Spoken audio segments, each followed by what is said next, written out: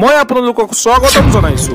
দৰ্শকৰ আজি মই আপোনালোকৰ ওচৰলৈ অসমৰ লগতে দেশ বিদেশৰ বিভিন্ন ধৰণৰ খবৰ লৈ আহিছো। খবৰকেইটা খুবেই গুৰুত্বপূৰ্ণ, গতিকে ভিডিঅ'টো অলপো স্কিপ নকৰাকৈ শেষলৈ চাই যাব। নিতৌ এনে ধৰণৰ খবৰ পাই থাকিবলৈ আমাৰ চেনেলটো ছাবস্ক্ৰাইব কৰি ৰাখিব আৰু এটা কৰি লাইক কৰি আমাক উৎসাহিত কৰিব। আহক এতিয়া আমি ভিডিঅ'টো আৰম্ভ কৰোঁ।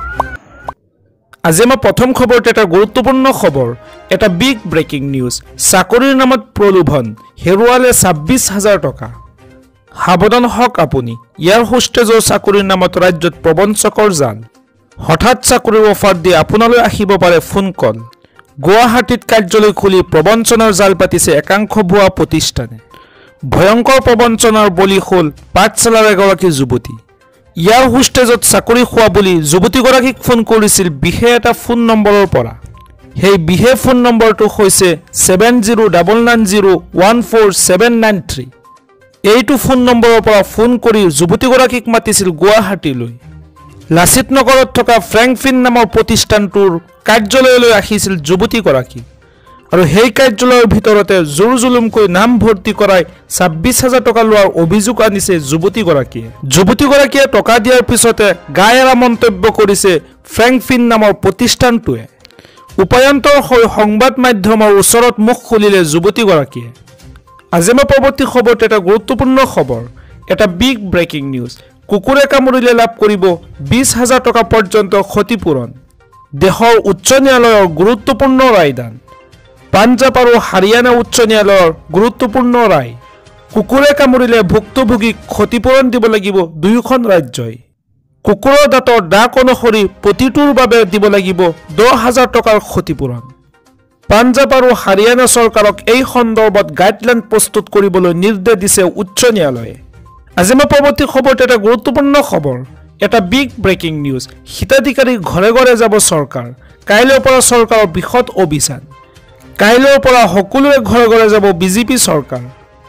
দেশৰ প্ৰতিখন জিলা পঞ্চায়তৰ ৰাইজৰ ঘৰে ঘৰে বিশেষ অভিযান চলাব মোদী চৰকাৰে। দেশৰ প্ৰতিটো পৰিয়ালে লাভ কৰিব চৰকাৰী আঁচনিৰ সুবিধা। ৰাইজে চৰকাৰী আঁচনিৰ সুবিধা পাইছে নে নাই খবৰ ল'ব খুদ চৰকাৰী বিষয়াই। 15 নৱেম্বৰৰ পৰা দেশজুৰি চলিব বিকশিত ভাৰত সংকল্প যাত্ৰা। বিগত 2 মাহ ধৰি দেশৰ ভিন্ন প্ৰান্তৰ ঘৰে ঘৰে চলিব বিজেপি চৰকাৰৰ অভিযান। দেশৰ প্ৰায় 2.5 লাখ গাঁও পঞ্চায়তৰ ৰাইজৰ কাষলৈ যাব মোদী চৰকাৰ আৰু লগতে 15,000 চহৰীয়া এলেকাতো চলিব মোদী চৰকাৰৰ অভিযান। চৰকাৰী আঁচনিৰ পৰা বাদ পৰা যোগ্য হিতাধিকাৰীক সন্ধান কৰিব মোদী চৰকাৰে আৰু দেশৰ প্ৰতিগৰাকী যোগ্য হিতাধিকাৰীৰ ওচৰলৈ যাব মোদী চৰকাৰ। প্ৰতিটো গাঁও পঞ্চায়তত 2 ঘণ্টা ধৰি চৰকাৰে চলাব অভিযান। 22 নৱেম্বৰ পৰ্যন্ত 9,000 গাঁও পঞ্চায়তক সামৰি লোৱাৰ লক্ষ্য মোদী চৰকাৰৰ। আজি মই পৰৱৰ্তী খবৰটো এটা গুৰুত্বপূৰ্ণ খবৰ, এটা বিগ ব্ৰেকিং নিউজ। অসম চৰকাৰৰ বৃহৎ সিদ্ধান্ত, ঠিকাভিত্তিক শিক্ষকক দিব নিযুক্তি পত্ৰ। হয় দৰ্শকসকল, অসম চৰকাৰৰ ডাঙৰ পদক্ষেপ। ৰাজ্যৰ ঠিকাভিত্তিক শিক্ষকৰ নিয়মীয়া কৰা হ'ব চাকৰি। ঠিকাভিত্তিক শিক্ষকক আকৌ প্ৰদান কৰিব নিযুক্তি পত্ৰ। ঠিকাভিত্তিক শিক্ষকৰ নিয়মীয়াকৰণ হ'লে নতুনকৈ নিৰ্ধাৰণ হ'ব দৰমহা নিৰিখ। ঠিকাভিত্তিক শিক্ষক সন্থাক উপযুক্ত তথ্য লৈ আলোচনালৈ আমন্ত্ৰণ জনালে শিক্ষামন্ত্ৰীয়ে। নিয়মীয়াকৰণৰ বিষয়টোক লৈ মুখ্যমন্ত্ৰীৰ নিৰ্দেশত গঠন কৰা হৈছে এখন বিশেষ কমিটি। আজি মই পৰৱৰ্তী খবৰটো এটা গুৰুত্বপূৰ্ণ খবৰ, এটা বিগ ব্ৰেকিং নিউজ। ৰেচন কাৰ্ডৰ ব্যৱসায়ীৰ বিৰুদ্ধে আছে নেকি অভিযোগ? এতিয়াৰে পৰা অসাধু ৰেচন কাৰ্ডৰ দোকানী যাব জেললৈ। ৰেচন কাৰ্ডৰ অসাধু ব্যৱসায়ীৰ বিৰুদ্ধে দিয়ক অভিযোগ।